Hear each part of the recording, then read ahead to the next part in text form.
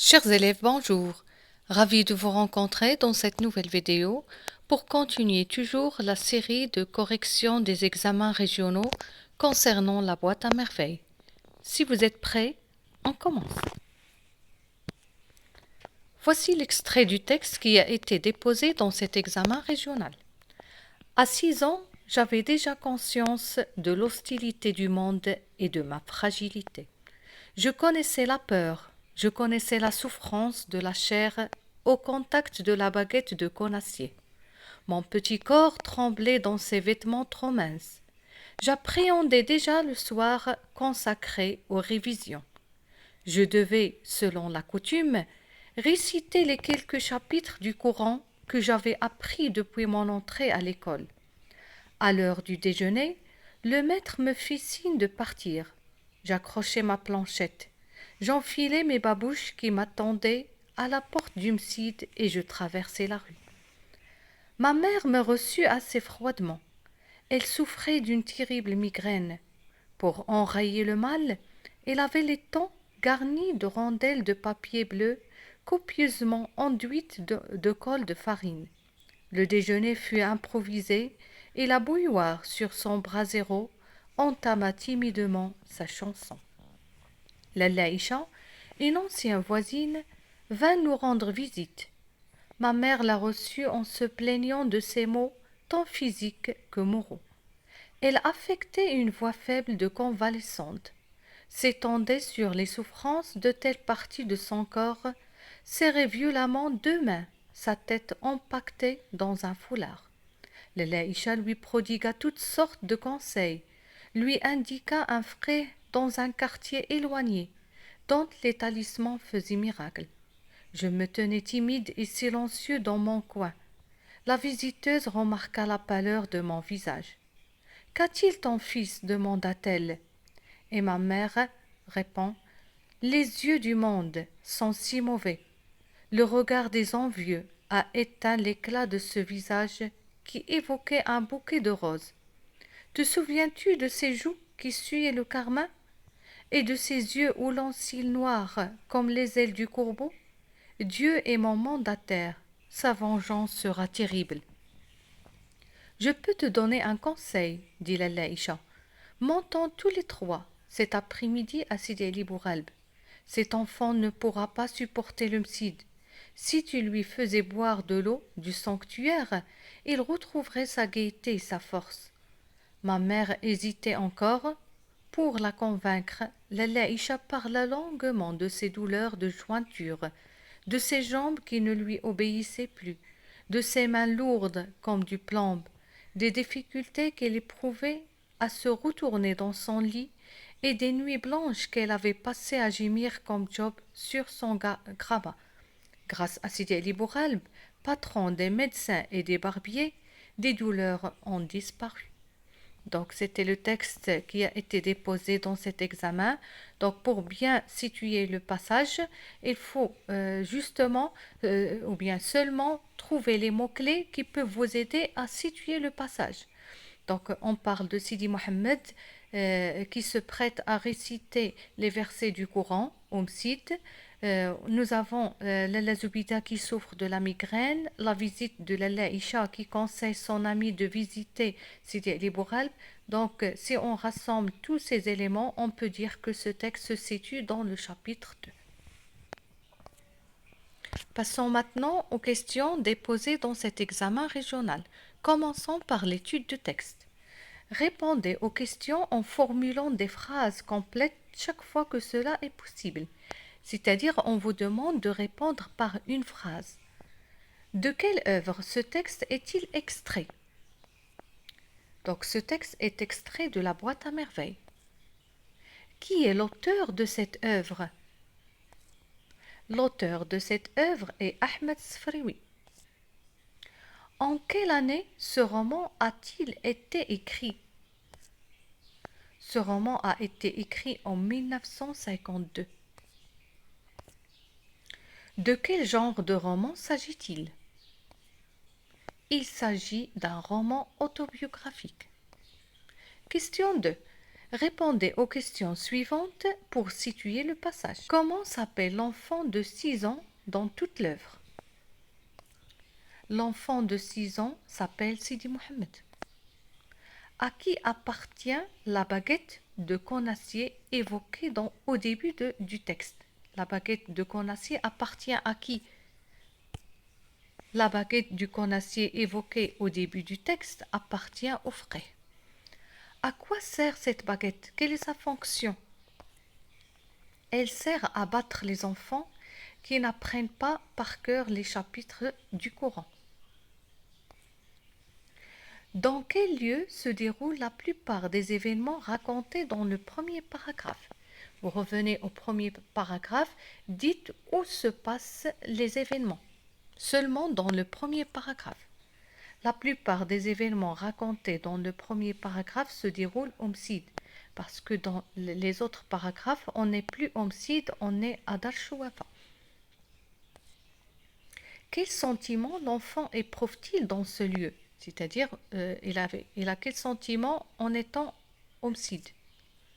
L'enfant éprouve la peur et l'appréhension. Relevez du même paragraphe, c'est-à-dire le premier paragraphe, 2 mots appartenant au champ lexical de ce sentiment qui est la peur. Donc 2 mots appartenant au champ lexical du sentiment de la peur, vous avez souffrance, appréhender. Question 4. Vous avez la phrase « J'enfilais mes babouches qui m'attendaient à la porte du Msid ». Quelle est la figure de style employée dans la phrase ci-dessus? Sidi Mohammed, quand le frère lui demande de partir, tout de suite il a enfilé, il a mis en vitesse ses babouches qui attendaient Sidi Mohammed devant la porte.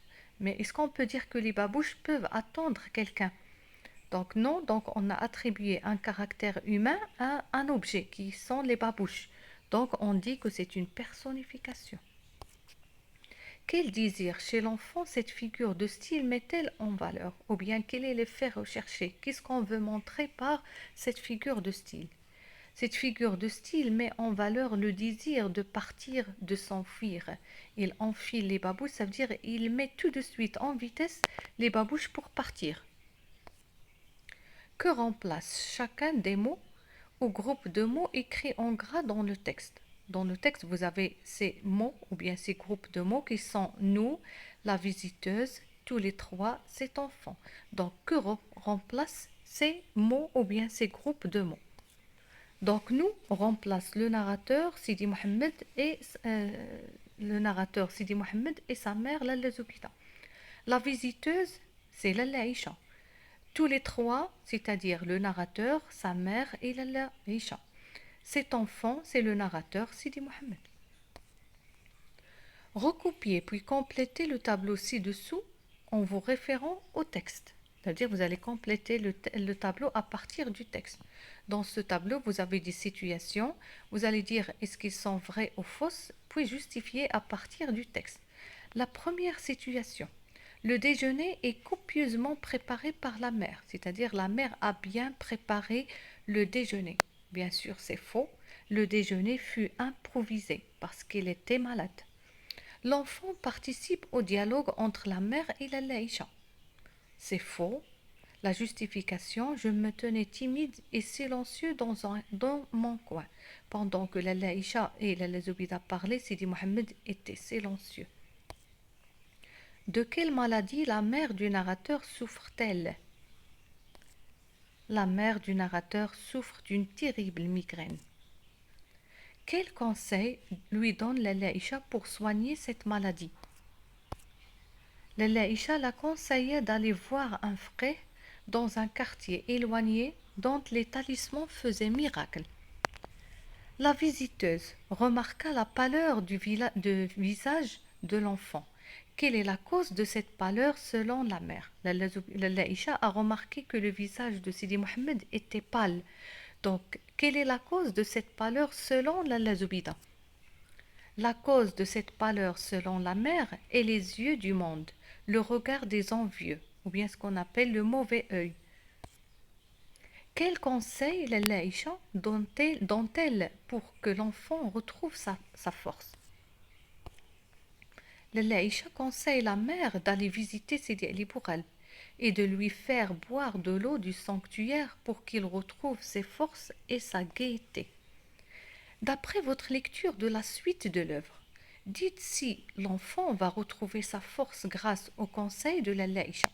C'est-à-dire, ce n'est pas dans ce texte, mais à partir de la suite, ce qui va arriver par la suite. Est-ce que vraiment Sidi Mohammed va guérir de ce mauvais œil ou non? Bien sûr, non. Justifiez votre réponse par un événement du roman. Le père avait demandé à la Zubida de ne pas l'envoyer au Msid car il semble bien fatigué. Quand Sidi Mohammed a accompagné sa mère, il Aïcha, à Sidi Ali Bouralb, bien sûr pour le guérir du mauvais œil, Sidi Mohammed il sera griffié par un matou, c'est-à-dire blessé par un chat. Donc de retour à la maison, il va tomber malade. Au lieu d'être guéri, il va être malade. Donc le père va demander à la Zubita de garder Sidi Mohammed à la maison parce qu'il est très fatigué. Donc le conseil de Lalla Isha n'a pas réussi à guérir Sidi Mohammed. Donc les conseils donnés par Lalla Isha vous semblent-ils logiques? Justifiez votre réponse. Les conseils donnés par la Laïcha ne me semblent pas logiques, car la visite d'un sanctuaire ne peut en aucun cas guérir des maux physiques. Un mort ne peut rien apporter à un vivant, même s'il était un saint dans son vivant. Bien sûr, la visite des sanctuaires ne peut jamais régler les problèmes ou bien guérir des maladies. Les personnes qui sont enterrées dans les sanctuaires sont des morts.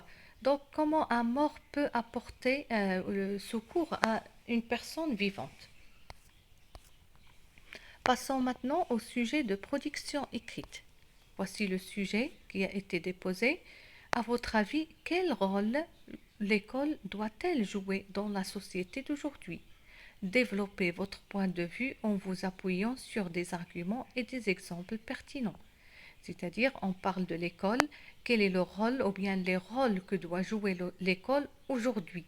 Bien sûr, vous allez rédiger un texte argumentatif. Voici une trace écrite que je vous propose. L'école est une institution ayant une double fonction, à savoir l'éducation et l'enseignement. Mais aujourd'hui, ces deux missions sont-elles suffisantes pour que cet établissement effectue ses missions sans reproche? D'abord, les attentes de l'école sont multiples et en progression. Si autrefois les familles voyaient en l'école un lieu de savoir, car elle était la seule source détenant cette compétence et un lieu d'éducation. Aujourd'hui, l'école connaît un changement considérable.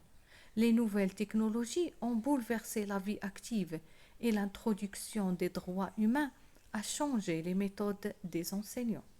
Ensuite, l'école se voit donc obligée de changer ses méthodes traditionnelles et de les adapter au développement technologique. Enfin, il y a le marché de travail qui entre en jeu, donc l'école doit préparer l'élève à ce marché.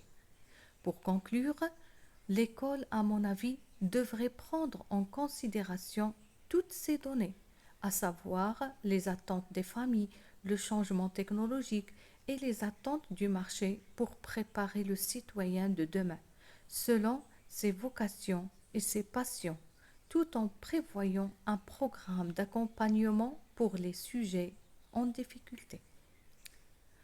On arrive alors à la fin de la correction de cet examen régional. On se rencontre dans une nouvelle vidéo et un nouveau examen régional à corriger. Je vous dis merci pour votre attention et à bientôt.